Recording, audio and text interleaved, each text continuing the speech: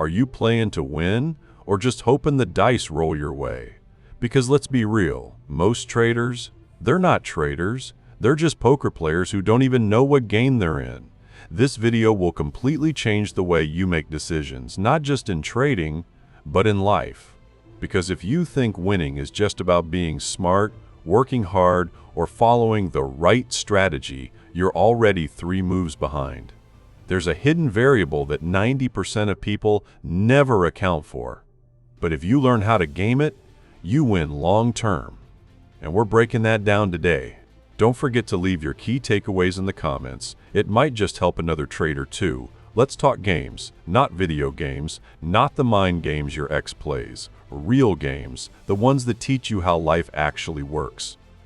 Imagine 2 kids. One is playing Candyland. Totally luck-based. No real decisions, just colors and cards and hope. The other? Chess. All strategy. No dice. Every move matters. Now imagine life is somewhere in between those two. Sometimes you're playing poker, sometimes Monopoly, sometimes a game you don't even know the rules to. That's where this gets fun. See? World Poker Champ Annie Duke, she's not just a card shark, she's a cognitive scientist, and she dropped a bomb that blew my mind. Most of life is poker, not chess. And most of us are judging our moves based on outcomes we don't fully control. Ever make a terrible trade but it worked out and you made money? You probably called yourself a genius. And ever make a solid, logical trade that lost money, then beat yourself up like you're an idiot? Yeah, that's the trap. We're trained to judge decisions based on outcomes. Like, did I win? Did I lose? But life and trading is full of hidden information and randomness. You can do everything right and still lose. You can do everything wrong and still get rewarded. But if you can't separate skill from luck, you're going to end up worshiping the wrong gods and blaming yourself for things you never controlled. Annie says that even a game like chess, which looks like pure skill, still has uncertainty. You don't know what your opponent studied. You don't know what's in their head. You can prepare, but you can't predict. There's always an unknown. And in games like poker, that unknown is massive. Cards are hidden. Players bluff. Luck plays a huge role. But over time, skill shows up. Not in the outcome of 1 hand, but in 100. 1,000. Now, how does this relate to trading? Well, think about your last 10 trades. Were they good because they made money or because they followed your process? That's the big difference. Outcomes are noisy. But process? That's what makes you win long term. Let me put it this way. Imagine flipping a coin. Heads you win $100, tails you lose 80. That's a great bet. But you flip once and get tails. Was it a bad decision? Nope. It was just variance. But people treat trading like they're flipping once. And when it lands wrong, they change the whole strategy. They panic. They think, this doesn't work. But guess what? It's not supposed to work every time. It's supposed to work over time. This is why Annie teaches kids not just to feel in control, but to also accept that they're not totally in control. That's not depressing, it's freeing. You can make peace with randomness. You stop chasing certainty, you stop obsessing over perfection, and you start making better decisions. Let's say you made a risky trade and it made you a ton of money. That doesn't mean it was smart. It just means you got lucky. But if you chase that high again, you're setting yourself up to crash. On the other hand, if you took a trade with edge, followed your plan, used risk management, and it lost, you're still winning. You just can't see it yet. And here's where most traders go wrong. They think life is chess. They think if they study enough, grind enough, they'll master every variable. But life isn't chess, it's poker. Sometimes it's Candyland. Sometimes it's freaking Uno. The rules change. The pieces move on their own. And the only thing you control? How you play the hand you're dealt. Now let's talk about luck. Oh, that dirty word nobody wants to admit matters. But Annie, she owns it. She says, the luck influence is much higher than 50%. Think about that. More than half of what happens to you, good or bad, is outside your control. You didn't choose your parents. You didn't choose your country. You didn't choose your genetics, your upbringing, or the decade you were born in. You hit a bunch of lotteries before you ever made a decision. Annie was born to college-educated parents. Her dad worked at a prep school. She got in free. That got her into Ivy League schools. Was she smart? Yes. Did she work hard? Absolutely. But she also got dealt a winning hand, and she admits that. Most people don't. They pretend they earned everything. And that's dangerous. Because if you think your success is 100% your doing, you'll also believe your failures are 100% your fault. And that's a recipe for burnout, shame, and constant anxiety. Now, let's get back to decision quality. Because this is what most traders ignore. You should be asking, was this a good decision given the information I had at the time? Not, did it work? Because again, outcomes lie. A bad decision can win, a good decision can lose. If you judge everything based on results, you'll reward bad behavior and punish the good. And over time, that breaks your internal compass. You stop trusting yourself. You start gambling instead of trading. And this isn't just about money. This mindset affects relationships, careers, health, everything. You see someone succeed and think, they must be smarter than me, better than me, doing something I'm not. But maybe they just got heads 5 times in a row. Maybe they were in the right place at the right time. You don't see the full picture, but you assume their results mean something absolute. This is why gratitude matters, because when you realize how much of your success was luck, you become more generous, more humble, less judgmental. You stop thinking, why can't that guy just get it together? And start thinking, man, I got lucky. Let me help someone else get their shot. And ironically, that mindset makes you even more successful, because now you're not operating from ego, you're operating from awareness. So how do you actually apply this as a trader? First, track decisions, not just outcomes. Write down your reasons for entering, your plan, your risk, your thought process. Then, after the trade, review it based on that, not just the P&L. Second, build systems that give you edge over time, not just one-off wins. And third, detach your identity from results. Your P&L is not your personality. You are not your last trade. You're not even your best trade. You're how you think, how you learn, how you adapt. And if you really want to win, you need to fall in love with the process, not the outcome. You need to be okay with losing a good trade, because in the long run, those stack up. And guess what? The traders who win long-term are the ones who can lose short-term and not freak out, not change everything. Not throw their strategy out the window just because the coin landed on tails this time. This is the skill most people never learn. It's not sexy, it doesn't come with a dopamine hit, but it's what makes you dangerous in the best way. Now let me ask you, are you tracking the quality of your decisions or just the scoreboard? Are you playing chess while the market is playing poker? Or worse, are you playing Candyland and thinking you're a genius because you picked the right color? Because if you don't know what game you're in, how can you expect to win? Watch the next part to discover how randomness shapes your expectations and how to stop being controlled by outcomes you don't even understand. So let's say you're aware now, luck is real, randomness is everywhere, and you can't control every outcome. Great. But now here's the next problem. If you can't trust outcomes, what can you trust? Here's the answer. Expectations. But not just any expectations. Calibrated expectations. Not hope, not fear, but numbers. Odds, probabilities. Let me explain. Let's say you flip a coin 10 times. You know it's 50-50, but if it lands heads 7 times in a row, do you panic? Do you yell, "The coin is broken," and quit flipping? No, because you know over the long run, it'll even out. The coin doesn't owe you anything. It's just variance doing what variance does. But traders forget that. We say we understand probability until we lose 3 trades in a row. Then it's chaos. We change systems, scrap the plan, find a new guru, start blaming indicators. But what if it's just randomness? See, expectations in trading are like your emotional anchor. If they're realistic, you stay grounded. If they're based on dreams, you're going to drown. Let me show you what bad expectations look like. You enter a trade thinking, this is the one. It's going to run 200%. I feel it.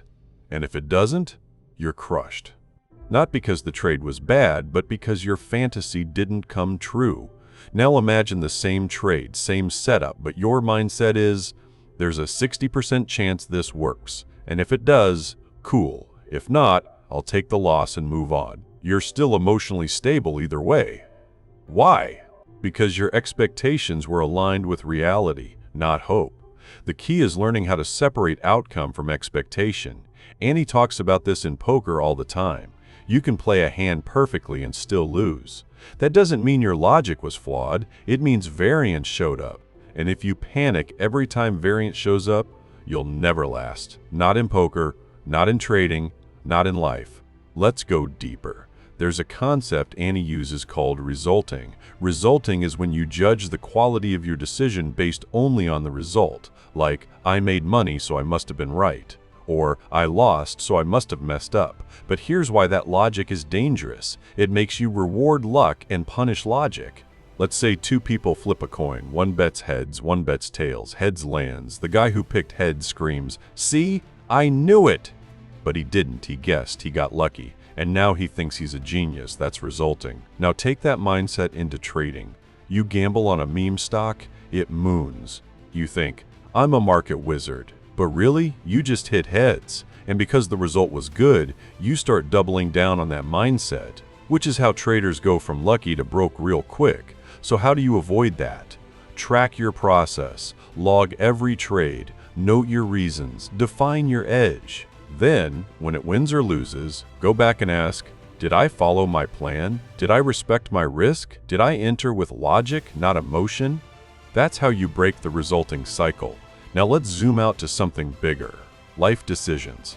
Because this isn't just about trading, this is about how we live.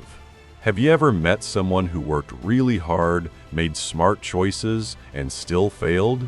Or someone who made dumb choices, got lucky breaks, and ended up winning?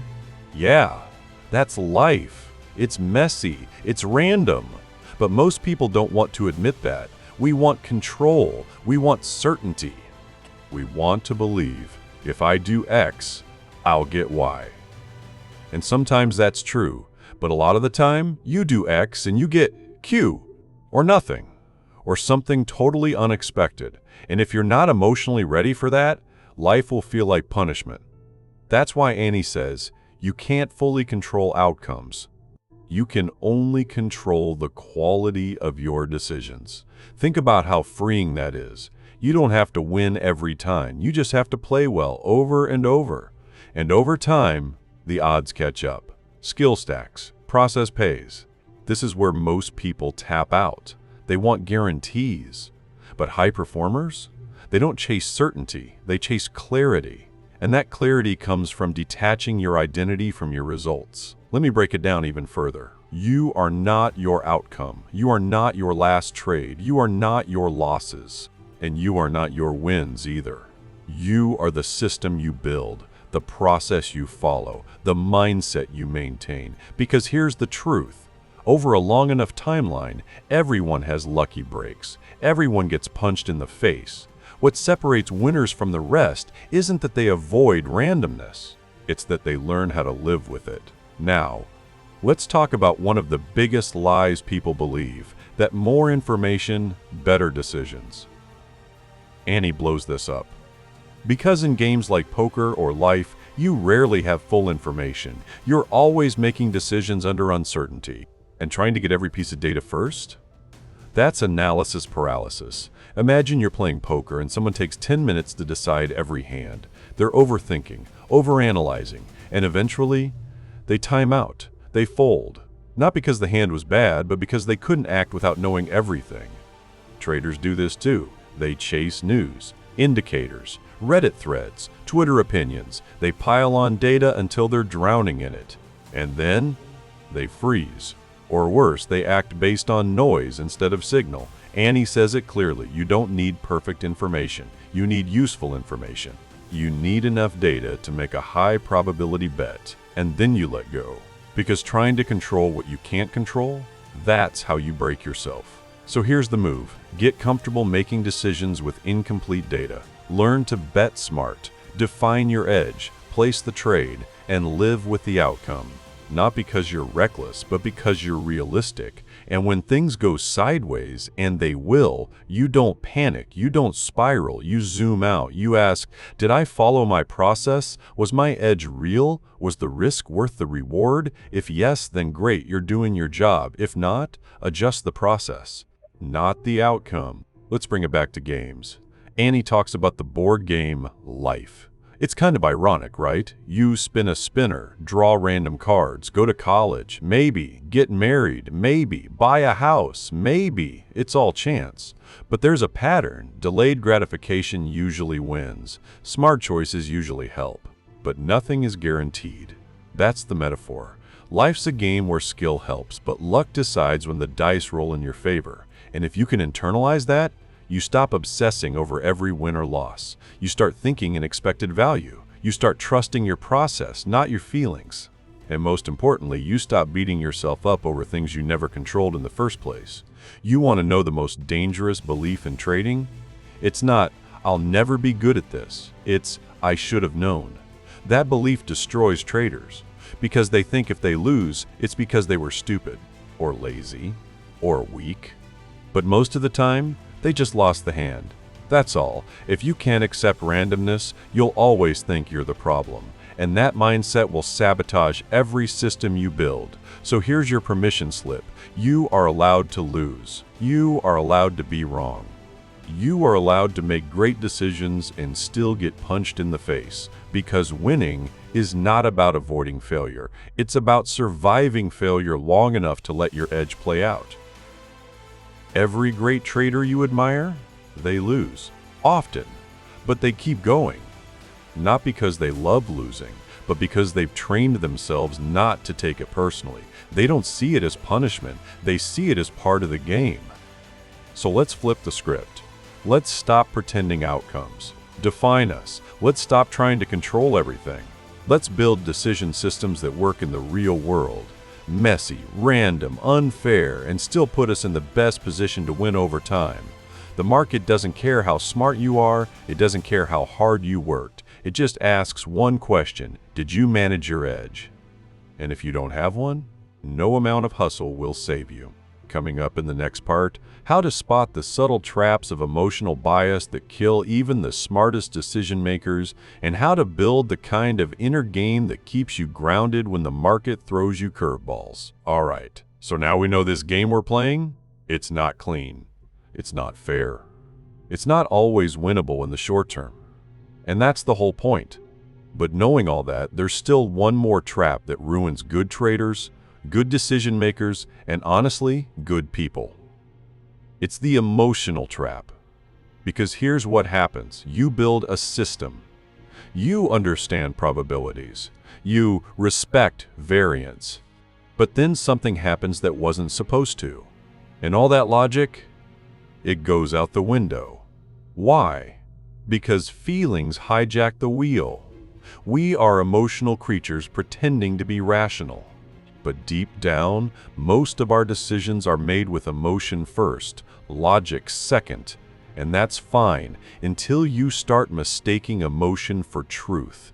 You know that feeling you get after a losing trade, the pit in your stomach, the shame, the voice in your head whispering, "You're not cut out for this." That's not truth, that's emotion. That's your nervous system reacting to perceived danger. And if you act on it without thinking, that's how you spiral. So let's break this down. Most traders don't lose because of bad analysis. They lose because of bad reactions. A trade goes red, and suddenly they're revenge trading, over-leveraging, doubting every setup. They've shifted from logic to fear, from system to survival mode. And fear doesn't care about probability. Fear wants safety, comfort, control. And in trading, that's a dangerous combo. Because the market doesn't offer comfort, it doesn't offer closure, it only offers feedback. And if you can't regulate your emotions, that feedback will destroy you. This is why Annie Duke and other high performers spend so much time training their inner game.